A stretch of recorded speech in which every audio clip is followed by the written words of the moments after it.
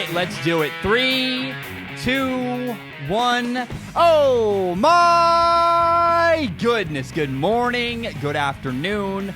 Whatever it is for you, I hope you're having a fantastic day. Thank you so very much for tuning in. Today is Monday, December 23rd. I hope you're having a great day. Whether you're in France, we have people listening to the show in France. That blows my mind. Whether you're in Germany, America, morning, afternoon, whatever it is for you, I hope, again, you're having a great day. We have a great show today. We're going to talk about the Bills and the Patriots. We're going to revisit the Patriots cheating scandal. Oh, man, I got a special opinion on that I think nobody else in really the sports media has the even perspective to share, because I've done a lot of different stuff that I think most football people haven't done. We're going to talk about the Dallas Cowboys. We'll talk about the Saints and the Titans. We're going to talk about Michael Thomas breaking the single-season receptions record. We're going to talk about Joe Burrow. We're going to talk about a really interesting theory about Justin Herbert, a future first-round pick and a quarterback coming out into the 2020 NFL Draft. And we're going to talk about the Rams. They were eliminated from the playoffs. We have so many huge stories. I am really excited for today. I had a very good weekend, a weekend I much needed to kind of recuperate and get myself back together. I want to share a personal message very quickly. I know I do a lot of those, but hey, it's my show. It's really important for me to talk directly to you guys. I've been in a dark place in the last couple weeks. Really the worst spot I've been, the lowest point I've been since my younger brother died 4 years ago. And I want to say just thank you so very much for watching and listening to Strong Opinion Sports. I've gotten amazing support from you guys, and I cannot thank you enough. I really cannot even, I just can't give you guys enough thank you and enough gratitude. Thank you for giving me the time I needed to heal and do it the right way. You know, no one was pressuring me to make content last week when I was just a complete wreck, and I had time to heal and gather myself. And again, I'm just so very grateful. I love my job. I really have the greatest job in the world. I love making content. I love talking about sports. I love writing about sports. The whole process to me is so much fun. And so thank you so much for supporting Strong Opinion Sports. It just means the absolute world to me. And it just, man, it makes me so stinking happy. I love my job, and I love doing this. Here's where I want to start today. We have 3 games I want to talk about specifically first, then we're going to jump into some other storylines throughout the NFL. The New Orleans Saints just beat the Tennessee Titans 38-28. And, man, the game was actually a lot closer than the final score would indicate. At one point, the Titans led 14-0. The Saints actually battled back. They took a lead. But here's the really important detail. With 4 minutes left to go, the Titans were down 38-28 with the ball and momentum. The Titans had a really big play that threw the ball vertically downfield. They had a huge catch, and on that catch, they fumbled. That led to a Saints touchdown. That is why the final score was 38-28. But really, this game came down to the wire till the very last possession. And, man, the Tennessee Titans deserve a ton of respect. They're 8-7 right now. They're going to finish the year either 8-8 or 9-7. But they will be one of the best teams all time with an 8-8 or 9-7 record. Remember, the Titans started 2-4. They had a really bad beginning to the year, and they made a really gutsy change. It's one of the best stories of the year to me. They benched their starting quarterback, their longtime starting quarterback, Marcus Mariota, and replaced him with Ryan Tannehill. And oh my goodness, like it's because it's awesome. It's like, it's cool. He's a former Dolphins quarterback. The Dolphins basically threw Ryan Tannehill away like trash. They traded him away to the Titans for nothing. And he has proven that indeed he is a good quarterback. That fires me up, a redemption story. Someone who is discarded and not appreciated, really proving their value and their worth. Man, oh my gosh. Ryan Tannehill is playing the best football of his entire career this year with the Tennessee Titans. And really, I think his experience of being with the Dolphins and failing and being rejected shaped him into a better person and really a better quarterback. He's playing phenomenal football. And I just am so excited with him. He's not a flashy quarterback.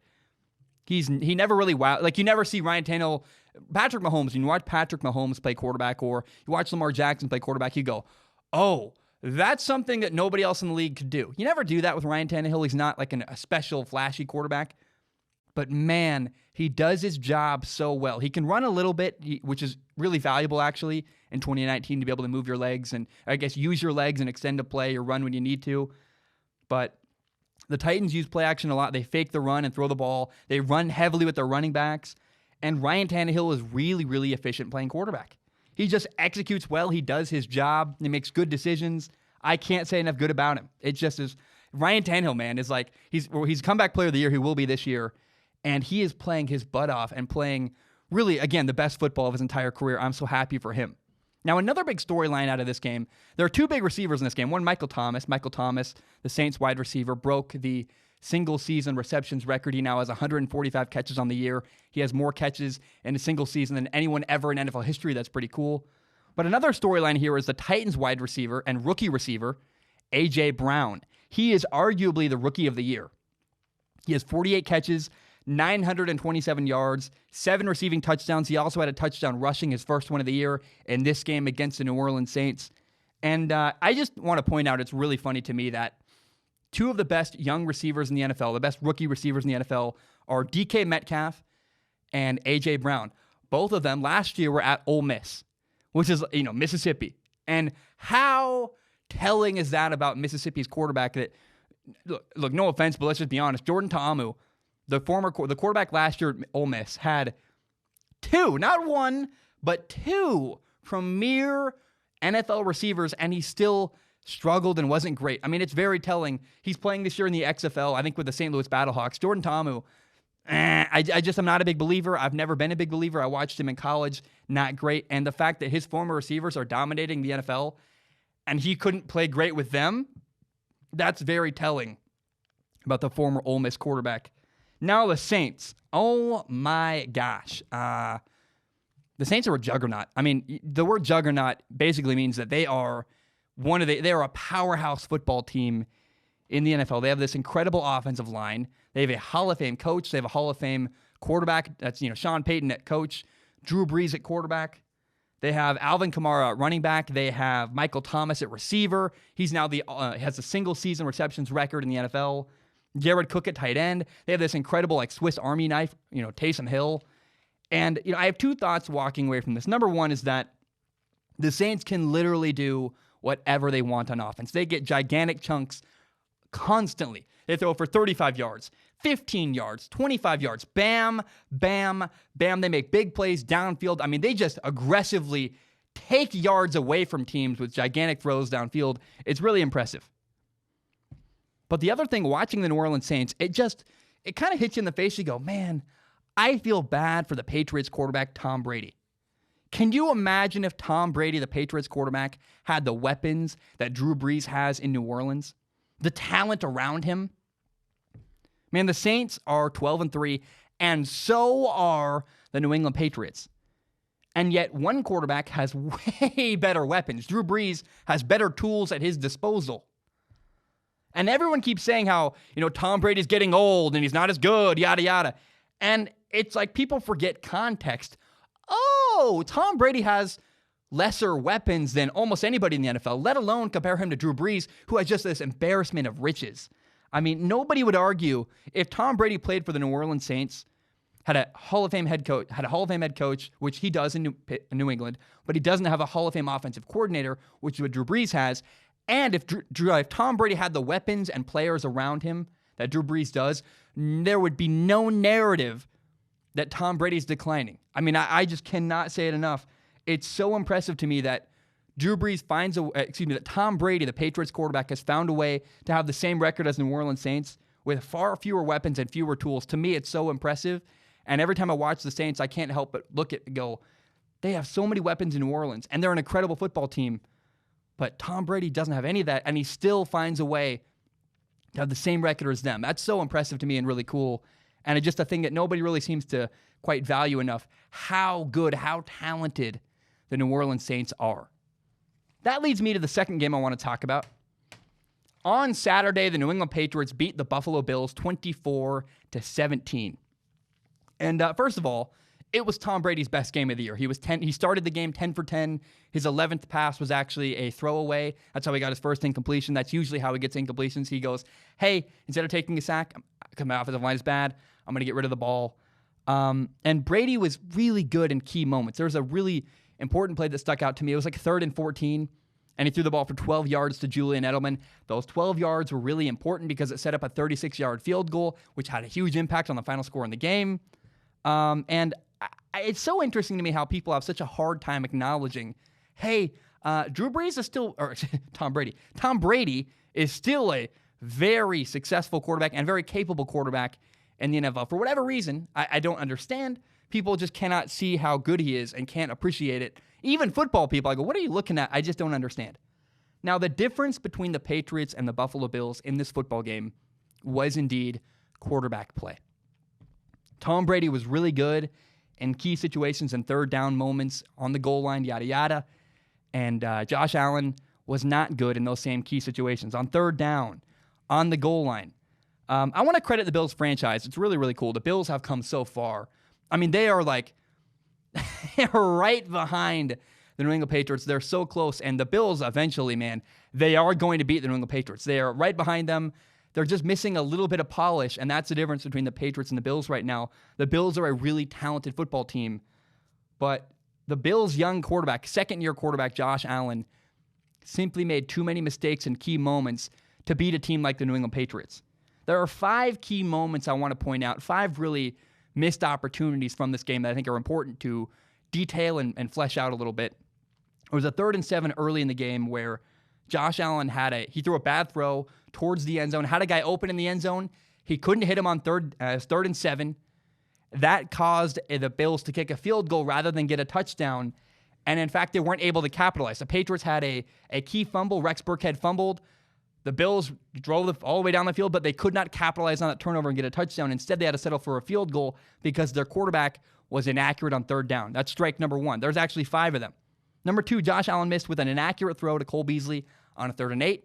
That's a big deal that caused them to punt. On 3rd and 6, later in the game, Josh Allen missed with an inaccurate pass, 6 inches probably too far to the inside. That caused another Bills punt. There was a 3rd down later where Josh Allen forced the ball into double coverage. Another punt followed that. And then at the very end of the game on 2nd and goal, Josh Allen had a receiver open in the end zone. And I'll give you one guess. What did he do? He threw an inaccurate pass. Inaccurate passes on key downs and in key moments were the theme of the game for Josh Allen. Josh Allen is a very talented quarterback. He's got to sharpen up in those really, fast-paced, intense key moments. If he doesn't, he's never going to beat a team like the New England Patriots. Now, I do want to give a really big shout-out to Brian Daboll, the offensive coordinator of the Buffalo Bills. I am so impressed with him. Number 1, he's done a really good job developing Josh Allen. You can't overcomplicate things too quickly for a young quarterback. The progression and the way they've slowly introduced new concepts and taken their time with giving Josh Allen time to catch up to the speed of the game, really impressive because they've balanced both simple things, having simple concepts to keep Josh Allen developing. But they've had that one balance of simplicity while also balancing complexity to get guys open and create good matchups and get receivers open. And they're somehow managing to pull off both, which is so cool and so really impressive to me from the perspective of just a guy who loves quarterbacks. Brian Daboll, the Bills offensive coordinator, deserves a round of applause. He's doing a fantastic job. I don't think he's really appreciated well enough around the NFL. He coached at Alabama at one point. I think nobody really understands, hey, this guy in Buffalo is doing a fantastic job. Josh Allen looks better than Sam Darnold, the quarterback in New York with the Jets. And it's just very important. You got to recognize and appreciate, hey, the offensive coordinator in Buffalo is doing a great, great job with their young quarterback. Now, I will say this is not Brian Daboll's fault, but I do have a concern about Josh Allen. The way that Josh Allen runs around, extends plays, it causes him to take big hits. He gets hit a lot. In fact, I would say that Josh Allen takes bigger, worse hits than the Ravens quarterback Lamar Jackson, even though Lamar Jackson runs around a ton. Lamar Jackson runs the ball far more frequently than Josh Allen and in a different style than Josh Allen. But Josh Allen just takes hits like he's not even expecting them. He doesn't get down very well. He gets nailed a lot. And, Josh Allen's got to do a better job protecting himself, or else at some point it's going to catch up to him and he's going to get hurt. Now, my final point of the game, really my analysis from this game between the Bills and the Patriots is that the Patriots rookie receiver, N'Keal Harry, he's the best athlete for the Patriots on offense, and he's got a really bright future ahead of him. He's a rookie. He's still learning. And he needs to just keep developing mentally. He's got a really solid foundation, but physically, man, he can beat man coverage. He's great, running. He's good at catching. He can run with the ball in his hands. If you just give N'Keal Harry a little bit more time to get up to speed and get mentally on the right track with the Patriots offense, next year, maybe 2 years from now, N'Keal Harry is going to be a monster in the NFL. He's too physically gifted to go under the radar for too long. He's got a really bright future. Again, I just want to be very clear. N'Keal Harry is going to become a stud in due time. Give it patience, but man, N'Keal Harry has a bright future ahead of him in New England. Okay, that leads me to my final real point of the game, really point of the weekend that I want to, the game I want to recap so far. We have a lot of games we'll talk about. I'm not going to get to all of them today. I had 8 football games to watch. I didn't watch all of them. I'm going to watch the rest of them after I record this, and we'll get into that later in a minute. Before the Eagles played the Dallas Cowboys on Sunday, a friend of mine put on, it was on, I think, Instagram. He said, "How about them Cowboys?"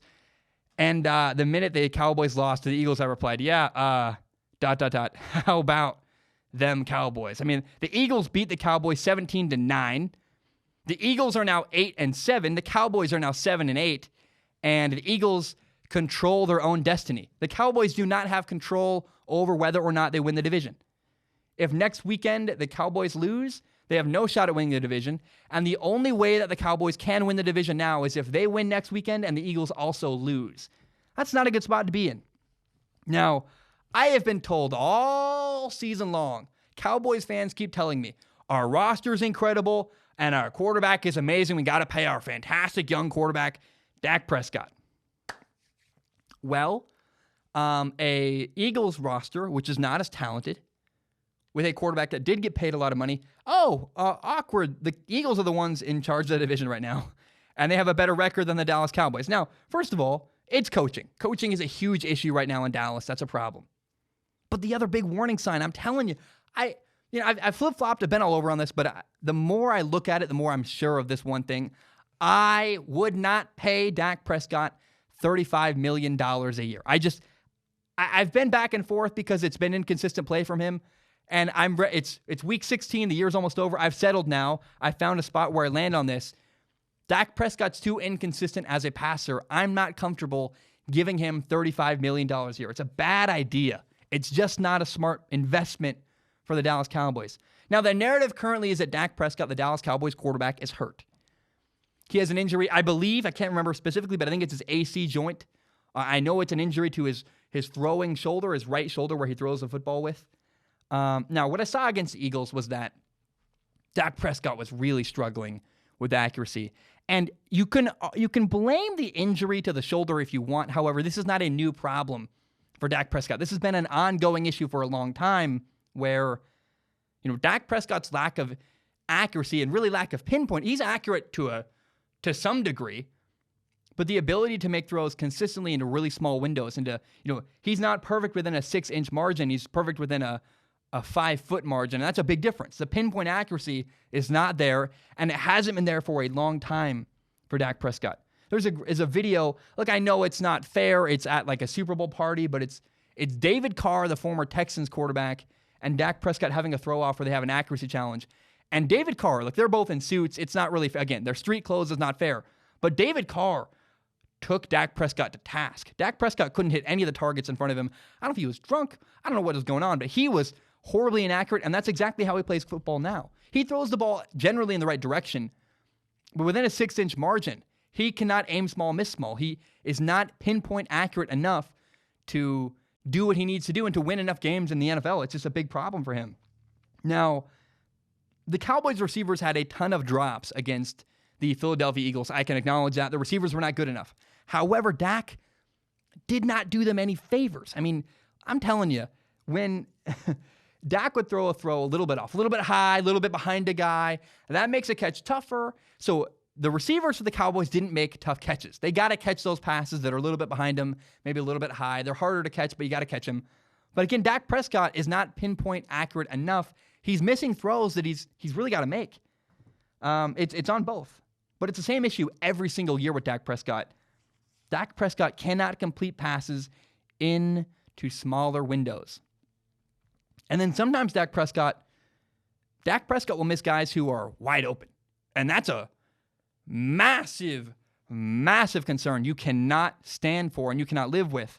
There are two throws that are burned in my memory from this Philadelphia Eagles game. Number one, there's a throw on 3rd and 11 where Dak Prescott had Amari Cooper open, and he just airmailed it way over his head, just completely missed Amari Cooper. Amari Cooper was open. That should have been a first down, and Dak Prescott completely missed.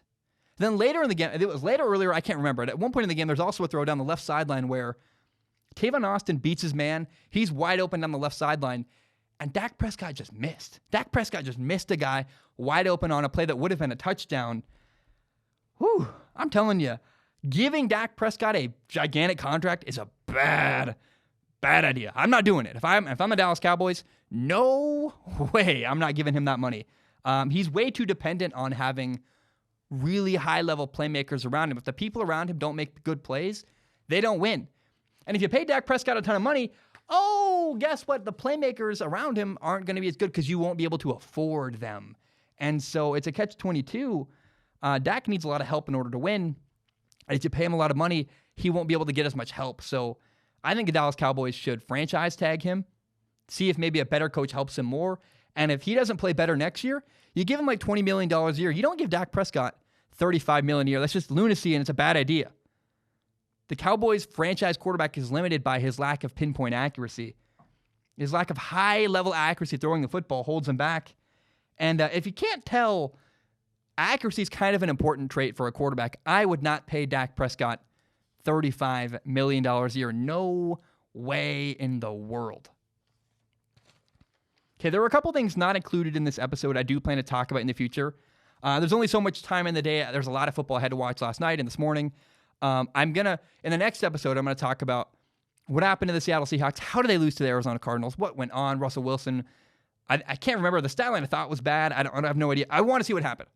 I also want to watch Will Grier, the rookie quarterback for the Carolina Panthers. He had 3 interceptions, played really bad. What happened to him?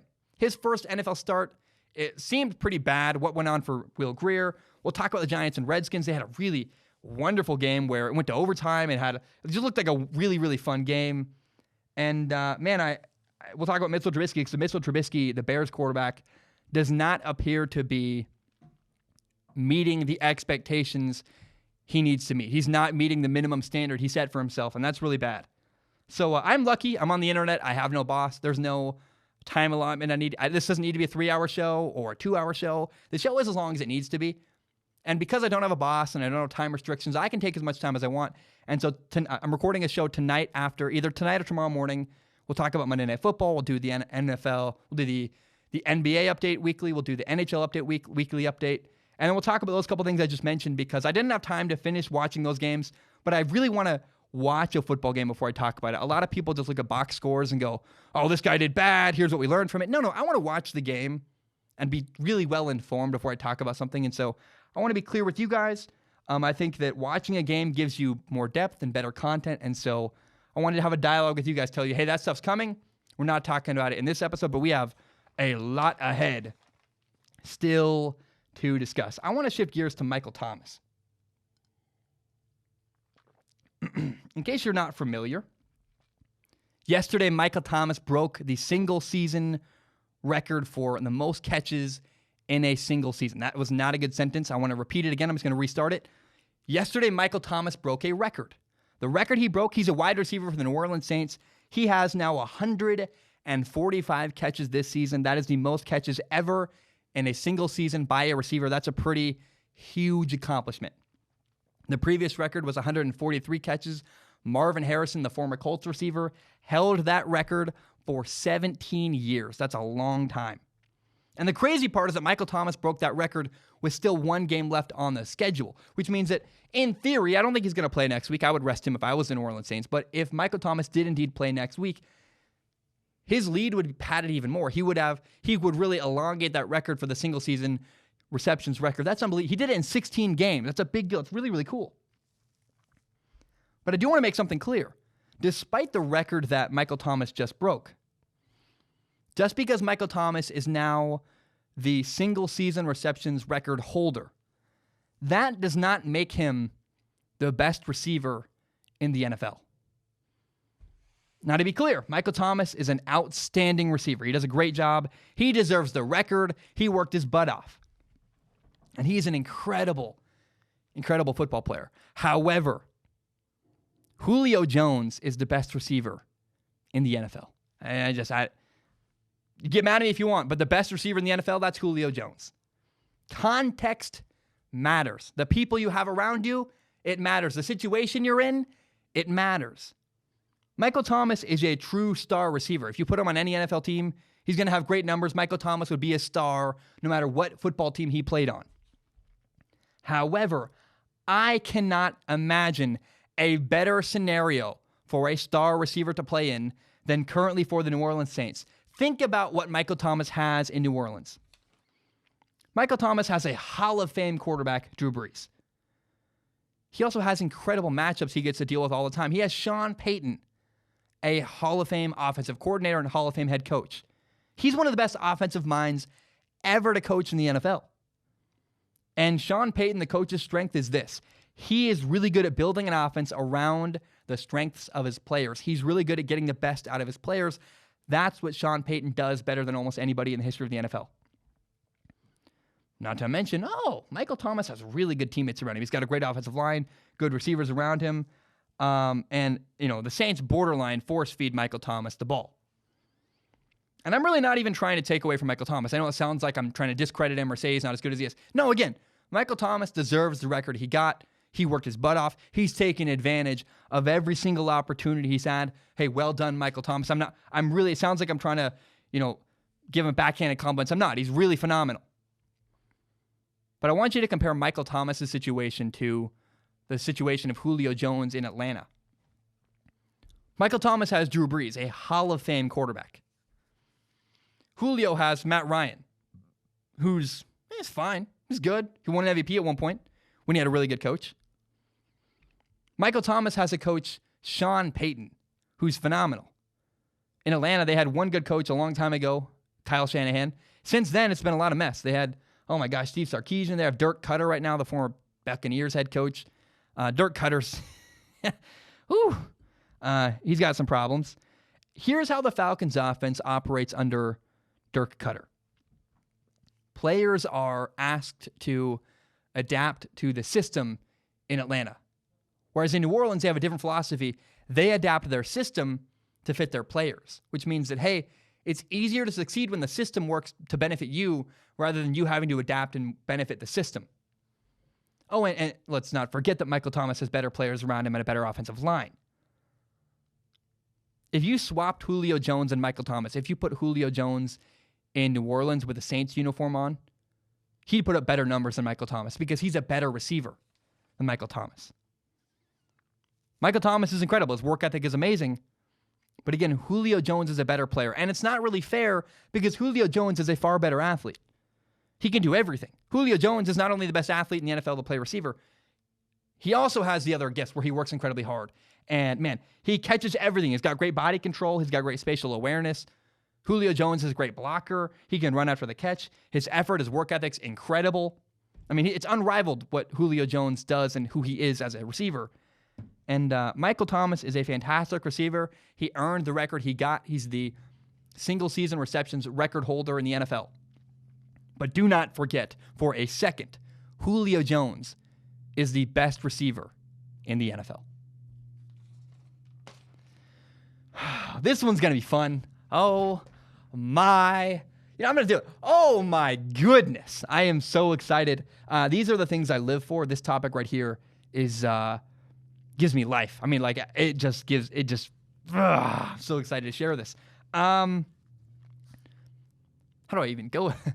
The Patriots cheated. The New England Patriots, technically, by the book, they cheated. I acknowledge that. It's very important. They had a camera guy film something that he was not supposed to film. Now, here's the story we're told about this incident and what happened behind the scenes. We're told that, and I do believe it, the Patriots were filming a documentary for their series, Do Your Job. It's a real thing. You can look it up on YouTube. And Do Your Job is where the New England Patriots television production team tells stories about people who work within the organization. It's a documentary-style series. Now, the Patriots employee, the cameraman, filmed an 8-minute video of the Bengals sideline. And I know when you hear that, you go, Zach, that's horrible. You film the Bengals sideline? That's pretty clear. Hey, that's awful. And to make matters worse, when a Bengals security staff member confronted the cameraman, the Patriots employee, the guy quickly backtracked. He said, hey, I can delete this right away. Because the guy seemed like he knew he was pushing a boundary. That's, again, looks awful optically. The cameraman was supposed to be pointing his camera at a human being who was in the booth next to him, the guy who was working on the guy who was featured in the documentary piece, the Do Your Job piece. The cameraman was not supposed to be pointing his camera at the sideline. The cameraman was wrong. So technically, yes, I acknowledge. It's very important to say this. The Patriots cheated. Absolutely. Yes. 100%. But the train of thought and the train of reasoning I'm about to share with you, I think it's going to make you very mad if you hate the Patriots. If you do, I think you're not going to listen. But I ask you to listen to this and be very, just have an open mind. My job is to be fair and do the best I can. And a lot of people have shared their thoughts about this Patriots cheating scandal. And all those people are football people. I have a very unique perspective on this topic because not only am I a football guy, I'm a former cameraman.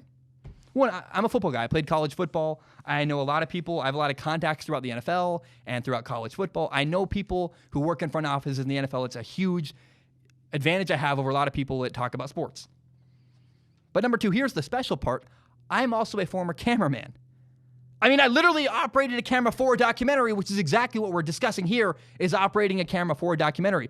I worked for Top Out Films. I've worked for ESPN. I've operated a camera for television networks. I've also been a cameraman's assistant. I've been a cameraman. I've been around cameramen. I've worked for ESPN's College Game Day. I've worked for Pac-12 Network. I've worked for Fox Sports. You name it. I've done a lot of camera work in the sports world. And so because I have both a background on, working as a cameraman and have a background in football and know the game of football, I believe I have a unique perspective on this, and I don't believe that this was an organized effort by the Patriots to cheat. I don't. And let me explain why I believe this was more likely an eager, aggressive cameraman than it was an organized effort by the Patriots to cheat. Number one, I think people don't understand the way the NFL works. This is what people in the NFL have told me. It's important. There's a lack of understanding with how the NFL works. The Patriots would not ask a cameraman to film the sideline because absolutely, it's actually not helpful. People don't realize this. Filming people on the sideline doesn't help you get signals or win football games because here's the issue. This is a really important thing people understand. Hand signals are not widely used in the NFL to communicate with people on the field. The NFL is not high school football. The NFL is not college football. If your only interaction with football growing up was college or high school football, you would not understand this because in high school football and in college football, people use hand signals to call plays and to communicate from the sideline to people on the field. That is not how it works in the NFL. In the NFL, plays are called to people on the field through a headset. The coaches have a headset on. They call the play through a microphone. That goes directly into the helmet of people on the field. Then the quarterback or the guy on defense who has that helmet that can hear the coach, he calls the play verbally to the people around him. So hand signals are not widely used in the NFL to communicate with people on the sideline. So filming the sideline in the NFL doesn't give you more information than normal. If you did it in college, it would help. If you filmed a sideline in college where there is no headset, and you have to use hand signals to communicate plays, it would work. It would make sense. Or if you film hand signals in high school football, that makes a huge impact on the game. But in the NFL, where hand signals are not widely used, it doesn't matter. I literally watched an NFL game in person last Sunday. They don't use hand signals to communicate with people on the field. That's not how the NFL works. And so it's very important. You got to understand that. An NFL team would not say, hey, film those hand signals, because that's not how the NFL works today. No longer anymore. They use technology rather than hand signals. Now let's talk about that cameraman. That cameraman is an idiot. There are two possibilities here. Either number one, maybe that cameraman had limited exposure to football. He played high school football. And he must have thought, hey, maybe if I film the sideline, I could get a special reward and go, hey, Belichick, guess what? I filmed the sideline of the Bengals, and now you have sideline footage. Maybe that's what happened. And it would make sense because if he has a limited understanding of football and doesn't understand that hand signals are not used, and he's a cameraman, he'd go, hey, this is valuable. But this is more likely. Here's what really happened. I believe that this cameraman is an idiot because he filmed something he was not supposed to film. That's a big deal. You can't do that. It's a no-no. But there's a thing in the world of videography and filming and photography called B-roll. You got to understand what B-roll is. B-roll is supplemental or alternative footage that you use to intercut with the main shot when you are editing footage together. So if you've ever worked in video or if you've ever edited video before, you know, hey, if I want to hide a cut, so if Isaac Schallmer, I'm talking to you, and I make a mistake, and you want to hide that mistake, you would cut away to B-roll so that when I skip ahead and cut out words I didn't say or whatever, you don't even notice a difference because currently your mind is being distracted by, oh, we're looking at film of the sideline, for example. When you're editing footage, you cut to B-roll so that things look smoother when you cut things out. A good cameraman, I was once a cameraman, a good cameraman is always looking for as much footage as possible, especially when you're shooting a documentary where usually it's a lot of voiceover, a lot of people talking to a camera. You want to hide those cuts with B-roll footage. You want to shoot artistic camera footage to cut to in order to hide edits. Now, that cameraman was not a member of the Patriots football division. That cameraman was a member of the Patriots television department, which is a different, separate division of the New England Patriots, completely separate from the football division. There's a television department. Every team has one. And then there's, guess what? The football department. They're not related at all. They have different bosses.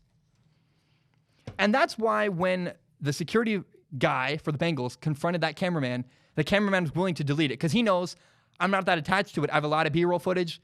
If I delete this, I've got other stuff I can use to cut to when I'm doing and editing this documentary-style footage. He wasn't attached to the footage. I do not believe that the cameraman was filming the sideline to try to help the Patriots win games. I know how that sounds. I know people are like, Zach, what the heck? But you got to understand. From a cameraman's perspective, he was collecting as much footage as possible to make the video editing process easier. So technically, yes, the Patriots broke a rule. Therefore, they cheated. I acknowledge the Patriots, on paper, that's cheating. Absolutely, yes. But filming the sideline didn't actually give them an advantage in the game against the Cincinnati Bengals. Because, hand signals aren't used in the NFL. People use headsets to talk to the guy on the field.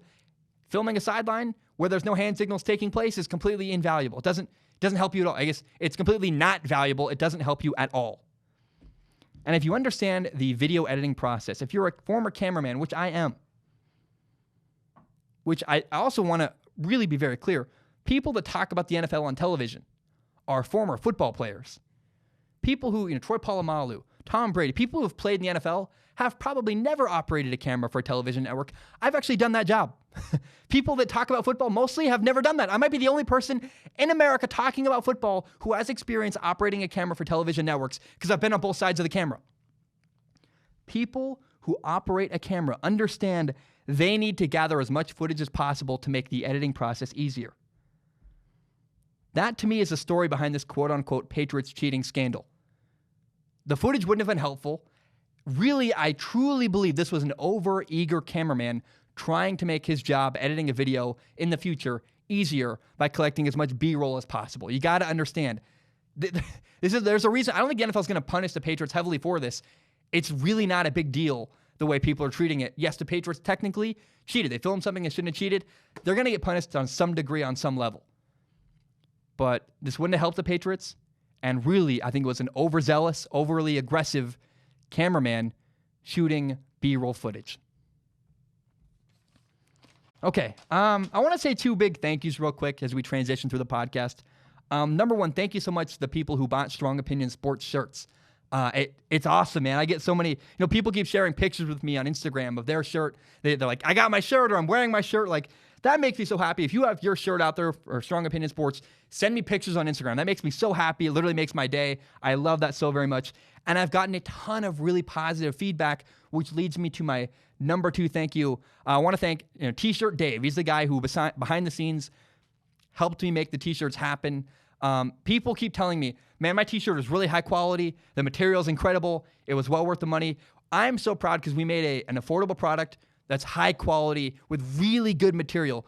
That premium cotton blend's phenomenal, and that performance style shirt is really, really good and high quality. I'm really proud. And so, again, thank you to people who bought the shirts, and thank you to T-Shirt Dave for helping make my vision possible. The thing I cared most about was I want to make a quality T-shirt because I've bought T-shirts before from podcasts, and I got burned. I got a crappy product that I hated. I wear my shirts all the time. You go watch, I was at Family Christmas yesterday. I wore my Strong Opinion sports shirt because I love it. It's literally, I'm not even kidding or exaggerating. That's the only shirt I wear now. Whether I'm wearing it under stuff, under a flannel, or literally just wearing it as a T-shirt, that's the only shirt I wear because I love it so much and I'm really proud of it. And I'm really, we did it, man. We made a high-quality product. People like it. People bought shirts in Germany and France, literally all over the world. I couldn't believe it. I was like, people in other countries have my Strong Opinion sports shirt out there. That's so cool to me. And so I want to say thank you for buying it. And I really look forward to selling more shirts. I'm going to say this tastefully. We're going to sell more shirts in 2020. I look forward to that. I look forward to working with T-Shirt Dave. I look forward to giving you guys more high-quality products that I'm proud of. And all in all, man, selling shirts was an awesome success, and I'm really happy with it. And I'm just grateful to the people who bought them. If you have pictures, send them to me on Instagram. I want to see them.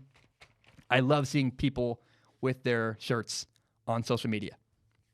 We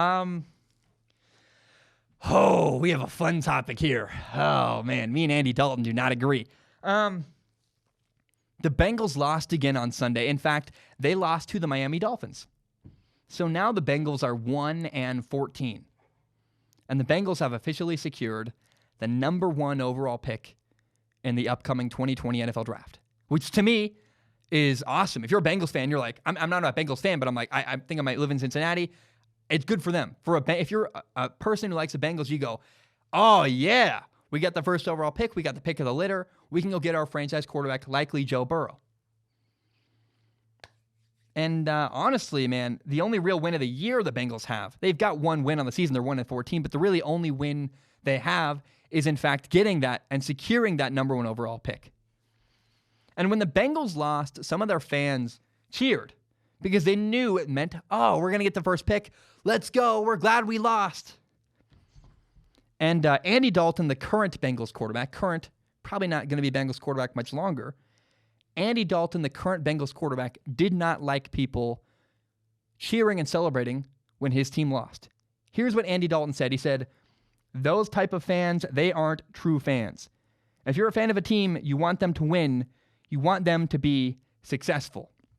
Now, here's how the quote ended. He also said this one part. He said, every time you're out there, you want to win. But it's too late. Andy Dalton already sealed the fate with what he said. He gave me ammo to prove him wrong. He said this. Andy Dalton said, if you're a fan of a team, you want them to win. You want them to be successful. And I don't know if you understand this, Andy Dalton. I would argue that winning and being successful are not necessarily the same thing in this scenario. The best thing for the Bengals to be successful in the future was to lose that game to the Miami Dolphins and secure the number 1 overall pick. And frankly, this is harsh, but it's honest. The best thing for the Cincinnati Bengals is to get rid of Andy Dalton. That hurts. I know that Andy Dalton's grieving. It's pretty clear. He kind of lashed out at the fans, but that's the honest truth about the Cincinnati Bengals. You have to ask yourself, if you live in Cincinnati, are you a Bengals fan or are you an Andy Dalton fan? There's nothing wrong with being an Andy Dalton fan, but you have to acknowledge what's best for Andy Dalton may not be what's best for the Cincinnati Bengals. What's best for Andy Dalton is to keep a job and to keep making millions of dollars to be a franchise quarterback. But if Andy Dalton's not the guy that should be your franchise quarterback, that's not what's best for the Cincinnati Bengals. And I don't believe Andy Dalton should be the franchise quarterback for the Cincinnati Bengals. Therefore, their interests do not lie in the same place. They're not the same. The Bengals want to win. I feel bad for Andy Dalton. What was he supposed to say there? Is he supposed to say, I'm glad people are booing us for getting the first overall pick? But the bitter reality is that getting the number 1 overall pick was the best thing for the future of the Cincinnati Bengals. Beating the Dolphins on Sunday was irrelevant. It wouldn't matter. The Bengals are 1-14. Would being 2-13 is that much better? Oh, we're 2-13 instead of 1-14. Who cares? Get the first overall pick.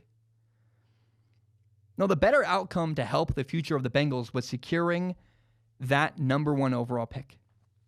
Now, I am very cynical that Cincinnati having the first overall pick isn't going to matter anyways because their ownership is god-awful.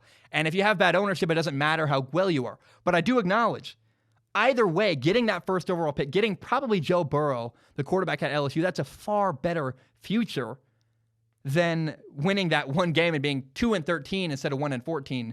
Even if that number one overall pick doesn't help them because the ownership is in the way, getting the number one overall pick was the right thing to do there. That's the best thing for the team in the future. Going 2-13 versus 1-14 is irrelevant. Get that number one overall pick. Andy Dalton was wrong. True fans, yes, they want their team to win, but they also want their team to be successful, and that isn't always necessarily the same thing. Ooh, we have an emotional topic coming up. I don't know. This one's from the heart for me. I really, I love this topic. It's so cool. It's not cool. It's harsh. It's honest. Whew. The Rams lost on Sunday. The 49ers beat them 34-31, and the Rams' record is now 8-7. The Rams have been officially eliminated from playoff contention. The Rams have no chance of making the playoffs this year. Now, I want to remind you of something. I want to remind you of February 3rd, 2019. Does anybody know what happened on February 3rd? At the end of the season last year, on February 3rd, Sunday, February 3rd, 2019, the Rams lost the Super Bowl to the New England Patriots. The Rams lost 13-3. And I want you to put yourself in Jared Goff's shoes. Jared Goff is the Rams quarterback. In fact, it doesn't really matter what Rams player. Just put yourself in the shoes or try to put yourself in the mind frame of a player that plays for the Rams after losing the Super Bowl. You work all offseason. And then during the 2018 season last year, things go really well. You catch a few breaks. You have some incredible performances. And the NFL regular season ends. Then you play a whole extra month of football. You're playing more than other teams in the entire NFL. You win all the way through the playoffs. Finally, you get to your ultimate goal on February 3rd. Sunday, February 3rd, 2019. It's Super Bowl Sunday. You worked so hard to get here. This is a culmination of years. Years of effort have gotten you to this moment. Super Bowl Sunday, you're playing against the New England Patriots. You probably grew up watching Tom Brady as a kid. You're going to now play against Tom Brady in the Super Bowl. It's unbelievable. This is your dream. This is what you have always wanted. You have fought and fought and fought to get here. And then guess what? Your dream gets crushed. The Patriots beat the Rams, and the Rams lose. And you, a member of the LA Rams, have lost the Super Bowl. I go back to your dream is crushed. The thing you've worked for years is taken away from you. That's painful. I mean, that's so brutal. How do you think the Rams felt on Monday, February 4th? After losing the Super Bowl, how do you think you'd feel? It's heartbreaking. It is heartbreaking, man. Monday after losing the Super Bowl, you look in the mirror and you're like, man, getting to that game, getting to that moment, Super Bowl Sunday, getting there was one of the most difficult journeys I've ever been on in my entire life. That was such a painful, hard process to get there. And now it's the Monday after losing. Am I supposed to just go back to the weight room tomorrow and start the whole process over again? A year of my life? Years of my life, that whole process? Just restart that whole process? Let me tell you from personal experience, there's nothing more painful than the daunting thought of, oh my gosh, I got all the way here and I got to just restart the whole process after failing. Putting years of effort into your dream and then coming up short to fail? That Monday after the Super Bowl, after losing the Super Bowl, you just look in the mirror and you're like, where do I even begin? What do I do now? I'm a failure. And it's easy to say. You're listening to me talk and you're like, of course, if you're a member of the Rams, do it again. Go back to the weight room. It's Monday. Tuesday, you better be back in the weight room. Get back to work. But man, that's not how dreams work. That is not how fighting for a dream and fighting for a goal works. Call it a goal if you want. But I just want to say, if I'm sad that the Rams had to deal with Monday, February 4th, that crushing loss, and to look in the mirror and go, we didn't make it. We gave everything we had and we didn't make it. And it's part of the game. Losing, failure, it's part of the game. It's an important part. And it's incredibly valuable if you allow it to be. If you learn lessons from your failures, they're huge. They can really catapult you off into all kinds of positive stuff in your life. Now, personally, I would rather lose in the AFC Championship game or the NFC Championship game. I would rather not lose the Super Bowl. I'd rather lose the game to get into the Super Bowl because then I can try to get back to my dream. But if you get all the way to your dream and it's ripped away from you and you're like, man, oh my gosh, I gave it everything I had, and then I lost. What a gut-wrenching experience. I just feel for the Rams. They gave it everything they could last year. And this year they fell short again. They didn't even make the playoffs. But here is the reality about losing the Super Bowl, though, that you may not understand, that I didn't even understand. Eight of the last 10 teams to lose the Super Bowl actually went to the playoffs the next year. I did not believe that. I didn't expect that at all. I started my research process. I said, no way. Teams that lose the Super Bowl probably don't even make the playoffs next year. No. Out of the last 10, 8 of them did. In fact, one of them, New England Patriots, lost the Super Bowl, and the very next year went back to the Super Bowl and won. You know, we talk all the time about the Super Bowl hangover.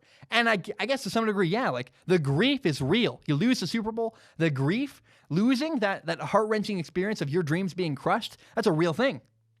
But here's the surprising reality about losing the Super Bowl. 2009, the Colts lost the Super Bowl. 2010, the next year, they made the playoffs. 2010, the Steelers lost the Super Bowl to the Packers. And the next year, 2011, they made the playoffs. In the 2011 season, the Patriots lost the Super Bowl. And in 2012, they made the playoffs the next year.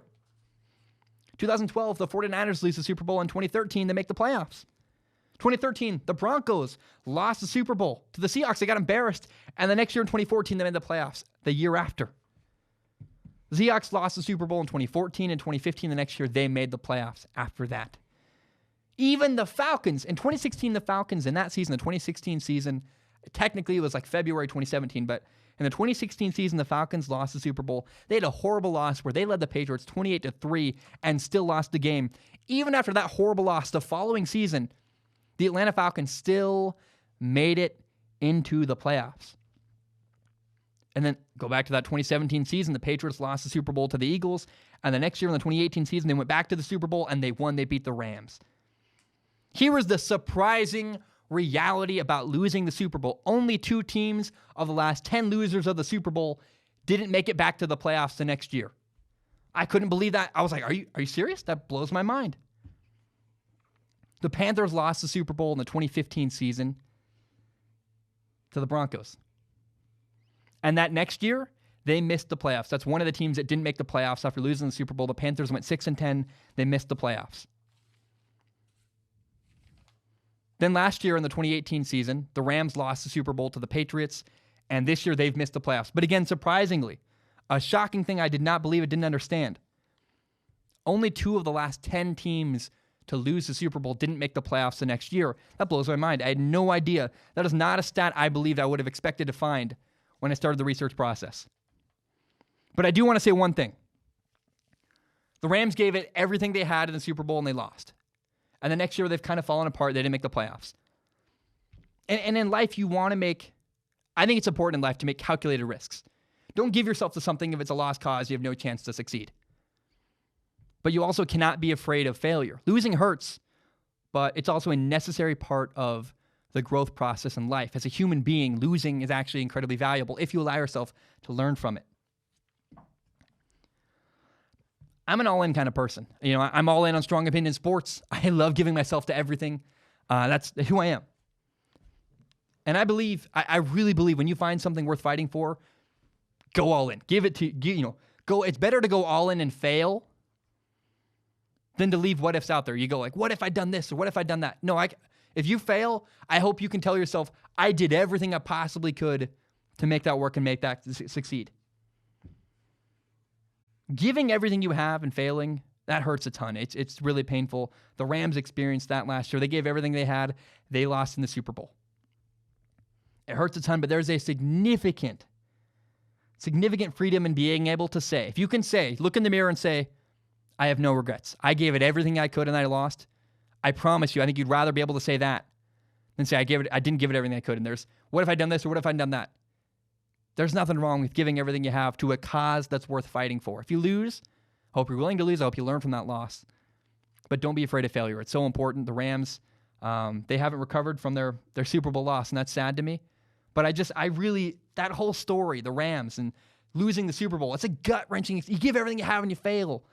And I just found it so fascinating, so enjoyable to do research about it and to talk about it. I was like, man, that's a process and a story I find incredibly compelling. I'm not going to give you any spoilers, but I do want to very briefly say this is I included this because screw it. It's my show. I can do whatever I want. In 4 sentences, 4 very short sentences that do not spoil the movie at all, I want to share my thoughts on Star Wars Episode 9, The Rise of Skywalker. I didn't hate it, but I also didn't love it. To me, Star Wars Episode 9 felt kind of corporate and joyless. I've worked in movies before. I literally worked for a movie before. I went, that's not for me. It did not grab me emotionally the way some movies in the past have. One of my favorite movies of all time is 2009 Star Trek, the first one that, in fact, the guy who directed Episode 9, J.J. Abrams, made that movie as well. That movie grabbed my heart, and it's like, I was emotional. And look, I was in a dark spot. I really wanted Star Wars Episode 9 to pull me in, and I just couldn't connect with it. Some people will say it's a horrible abomination of a movie. Star Wars Episode 9 is not an awful movie. In fact, I would say Star Wars Phantom Menace is significantly worse of a movie. I mean, Phantom Menace had Jar Jar Binks. There's nothing worse in the Star Wars universe than Jar Jar Binks. And I really think that people who say that Star Wars Episode 9 is this awful, awful movie are people that had just significantly unrealistic expectations. Guys, that's all I have to say about Star Wars Episode 9. But I want to say, if you like that movie, great. I think it's a movie that's, if you want to hate it, you will. And if you want to find reasons to enjoy that movie, you will as well. And so I hope you watch Star Wars Episode 9. I hope you enjoy it if you want to. And if you hate it, that's on you, because it's kind of a choice. I mean, this is one of those weird movies where you have kind of the choice to hate it or love it, and I hope you see it. Because I'm going to see it again. I'm going to see it with my family probably on Wednesday for Christmas, and maybe I'll think differently the second time. But so far, that's how I feel about Star Wars Episode 9. Whew. We did Star Wars. What the heck? We're going to talk about Justin Herbert next. By the way, I've been talking for 56 minutes straight.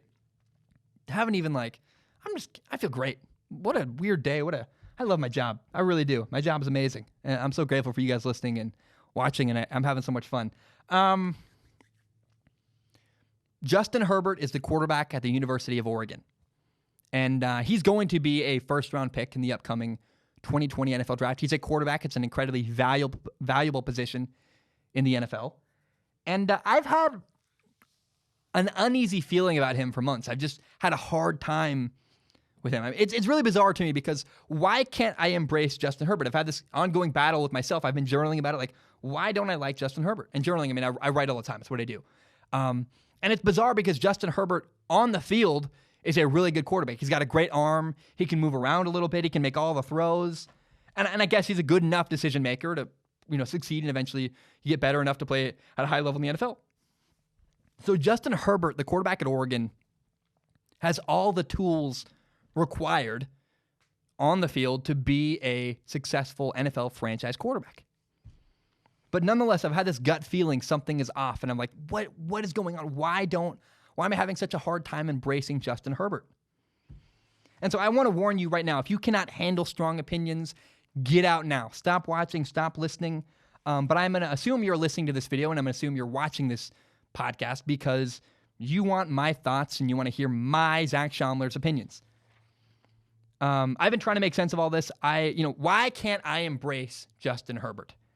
And I've been reading a book by a guy named Malcolm Gladwell called Blink. And Blink is all about, the big theme in the book is understanding your gut feelings, where you have an uneasy feeling about something and you may not be able to articulate why you don't think something is right, but you know it's not right.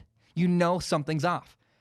And so I've learned that in my profession, in the world of sports, if I have a gut feeling about something, or if I believe something, it's better to say it and be wrong than not say it and be right about it and be like, I should have said it and I didn't. I'd rather just say it and get it out. So that's how we got to this statement I'm going to say next. There's an important statement I've been trying to analyze for a long time. Why do I not have a good feeling about Justin Herbert? I think I've narrowed it down to this one statement. I do not believe Justin Herbert loves football. I don't believe Justin Herbert, the Oregon quarterback, loves the game of football. And I understand that's a harsh thing to say. Like, Zach, how can you say that? He plays quarterback at Oregon. He plays college football, a Division I quarterback. How can you say he doesn't love football? But I encourage you to watch Joe Burrow, the quarterback at LSU. Joe Burrow is passionate. It just leaks out of him. Watch his Heisman Trophy speech. The guy's crying. It's clear Joe Burrow loves the game of football. And then watch how he plays the game.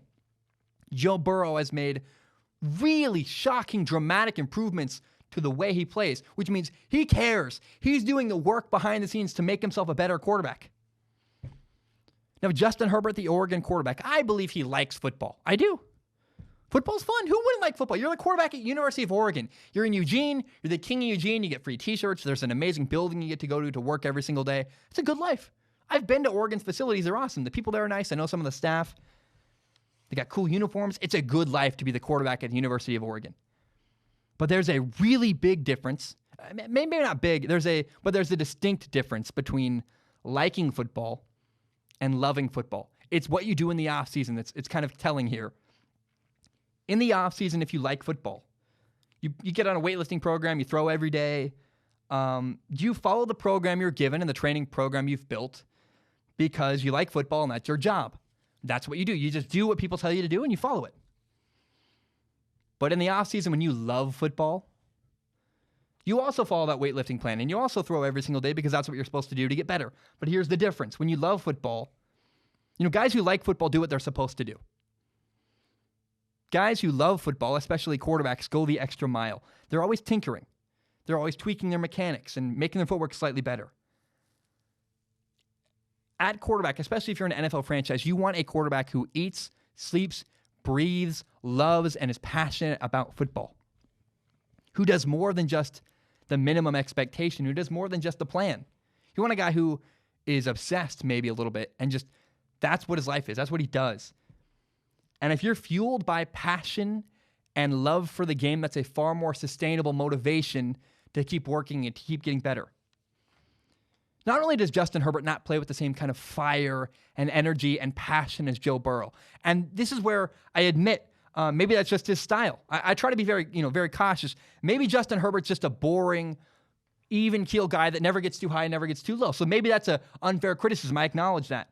It's not even a criticism. It's just I'm pointing that out. You watch Joe Burrow, he's excited, he cares, he's passionate. There's a thing that comes out of him. It's like a fire inside. You don't see that same fire when you watch Justin Herbert, but maybe that's just their personality differences. I acknowledge that. But then you look at how Justin Herbert has played for the last 3 years at the University of Oregon. It's like he plateaued. He just stopped getting better. He just has been kind of the same quarterback for the last 3 years. Why isn't he getting significantly better every year the same way Joe Burrow is?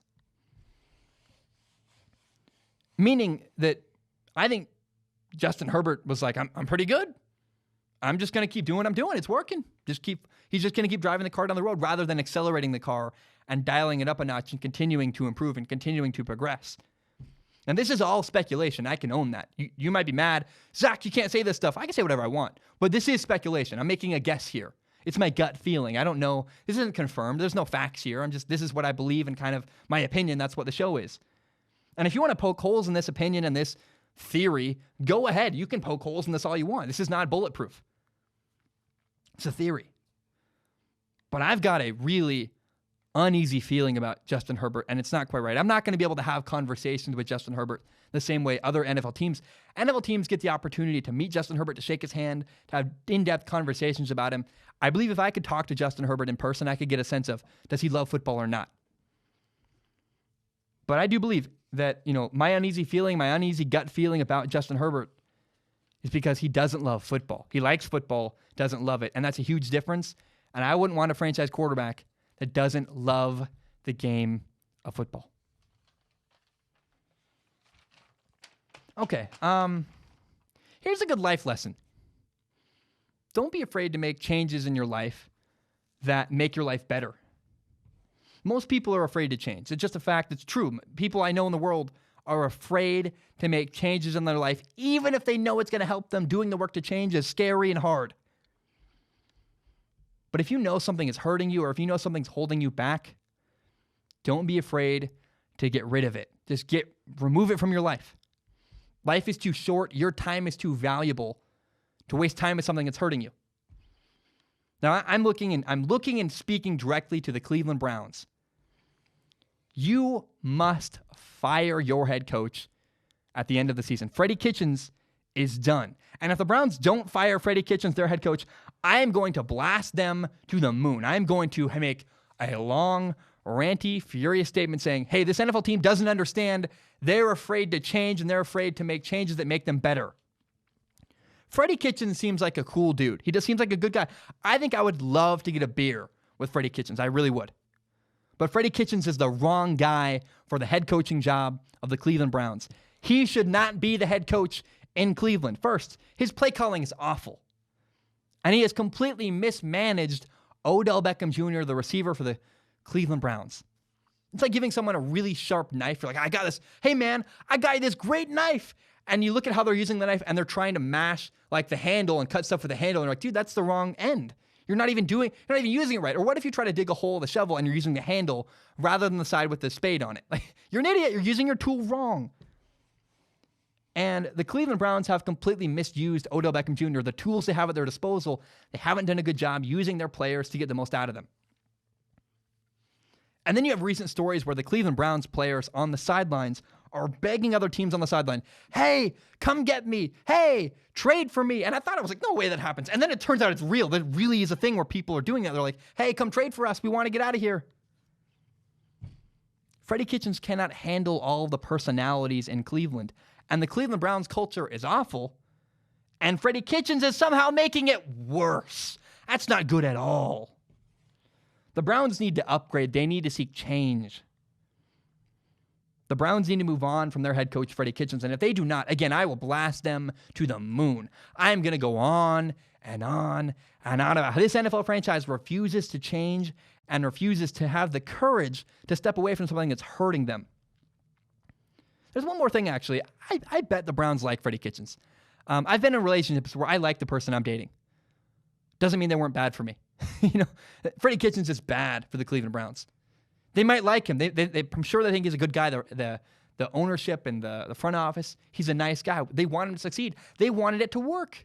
And it's painful when something you want to work doesn't work. It's like, this is frustrating and hard. He seems like a good man. Freddie Kitchens does. Seems like a nice man. Kind of stupid. That shirt was dumb. But just because you like someone, and just because you like something, doesn't mean it's not hurting you.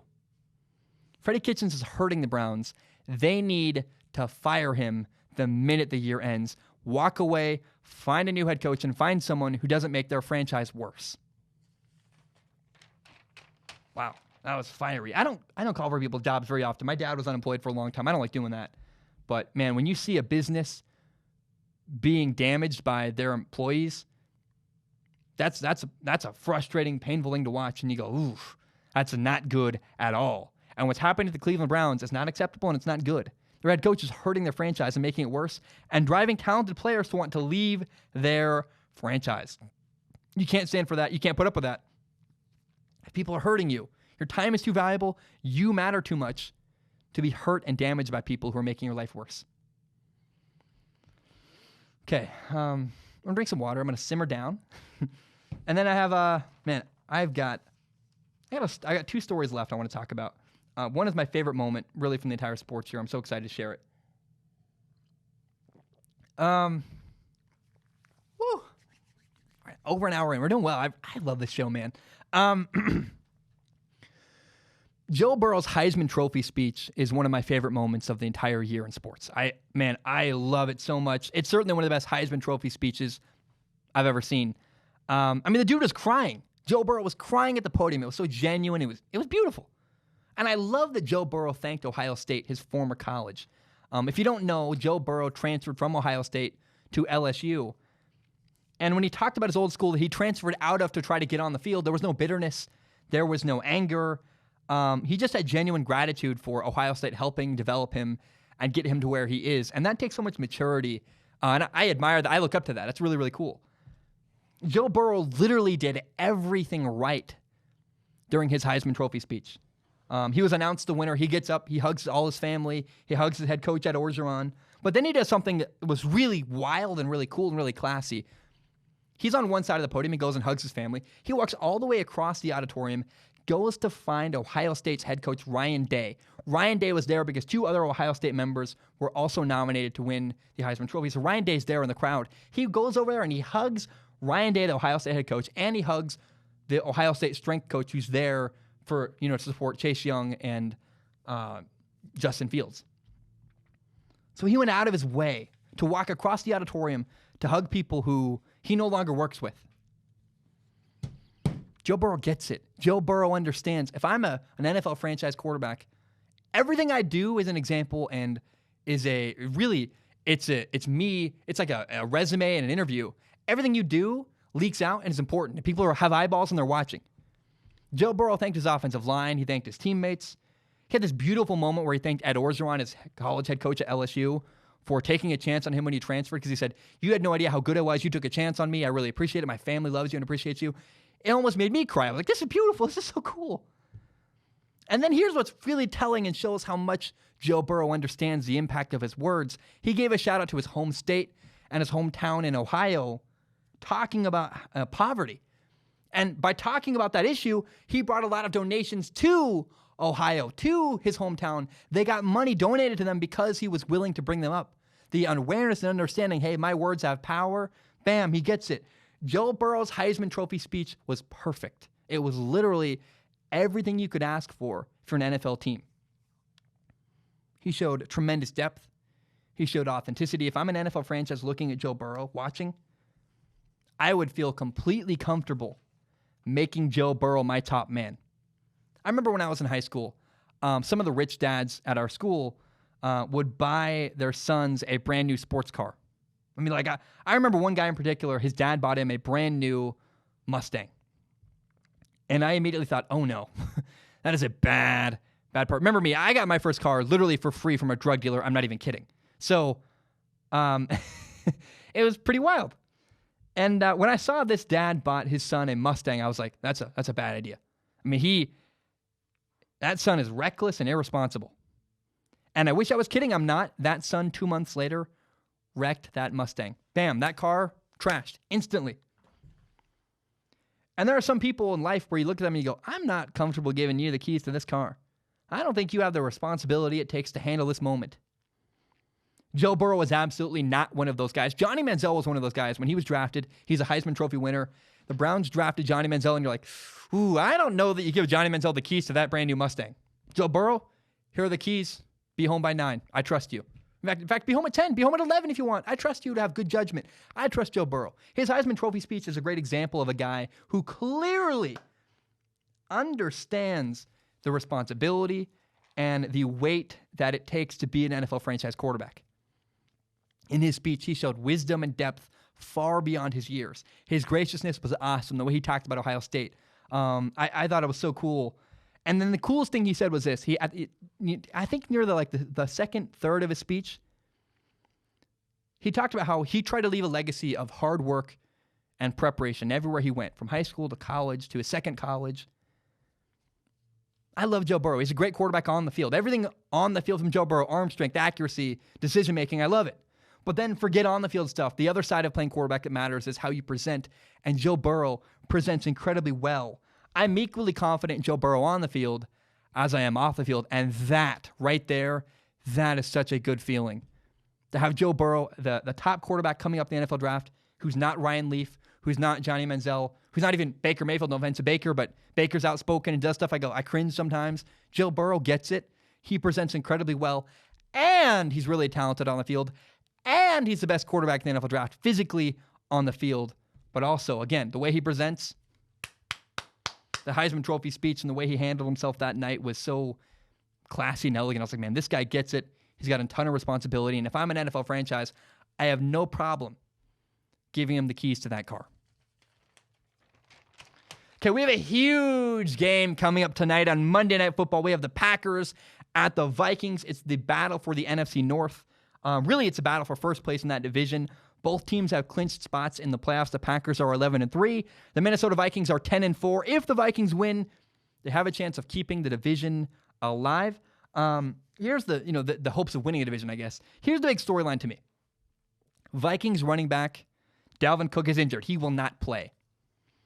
And so not only does that give a huge advantage to the Green Bay Packers because, hey, the Vikings missing their really good running back Dalvin Cook, that's a big deal. That helps the Packers. But also this puts even more pressure on Kirk Cousins, the Minnesota Vikings quarterback. Sadly, Kirk Cousins is known for wilting and for losing in high-pressure situations. It's sad, but that's just a reality of Kirk Cousins.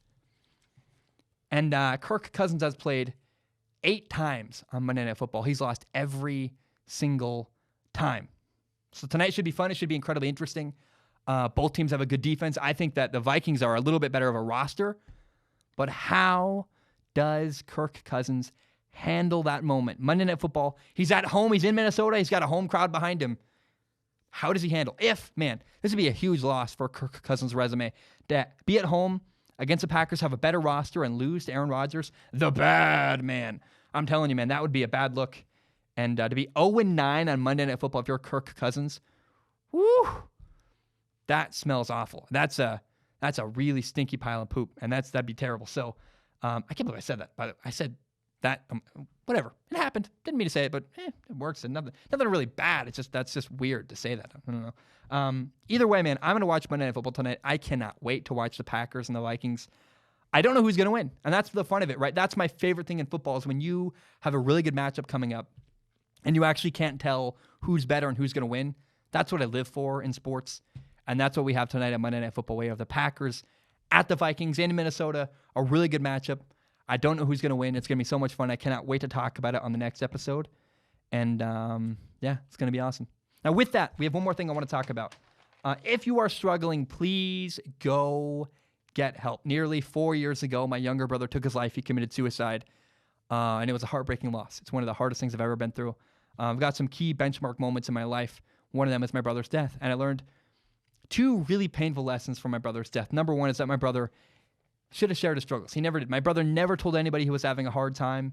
One day I walked into his bedroom, found him dead on the floor, and he suffered in silence. He never told anybody he was having a hard time. So I encourage you, the suicide hotline is 1-800-273-8255, 1-800-273-8255, 1-800-273-8255. That is the suicide hotline.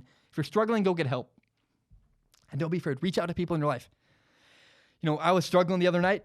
My girlfriend and I broke up. I'm miserably sad. My heart is broken. I am destroyed. I thought I was going to marry her. And so I went over to my best friend's family, his house. And my friend's mom was there. And I went and cried. I literally just went and cried in my friend's mom's arms. She hugged me. She's like a mother figure to me in my life. And I needed to cry. And when I was struggling, I wasn't alone. I went and saw people and hung out with people that helped me in my life. So I encourage you, if you're doing that, go get help. Don't suffer in silence. Don't suffer alone. Here's the other really valuable lesson I learned when my brother died. I didn't make it clear enough he could talk to me. I didn't make it clear enough to my brother, hey, I love you, man. So tell the people in your life you love them. Make it clear you care about them. And then don't be afraid to have conversations with a little bit more depth. Don't be afraid to talk about things with more depth than just movies or sports or video games. There's real world stuff going on. If you want to talk about that, don't be afraid to have the courage to have a conversation about real world stuff beyond sports and movies and video games. If you're struggling, go get help. The suicide hotline, 1-800-273-8255. Hope you have a great day. I love you guys so much. I really hope you're doing well. I am getting my mojo back. I'm starting to get back in the rhythm of things, and starting to feel good after my breakup, which is monumental. It's something I'm going to talk about for the next 20 years, I think, literally. So learned so many lessons and done so much journaling, and it's been really, really hard for me. I've been in a lot of relationships. This is the one. This is the one that that hurt the tremendous amount. So, good for me. I hope you're having a great life. I hope you're having a great night. I'm going to talk to you guys tomorrow. I hope you enjoy Monday Night Football. And bam, we are done.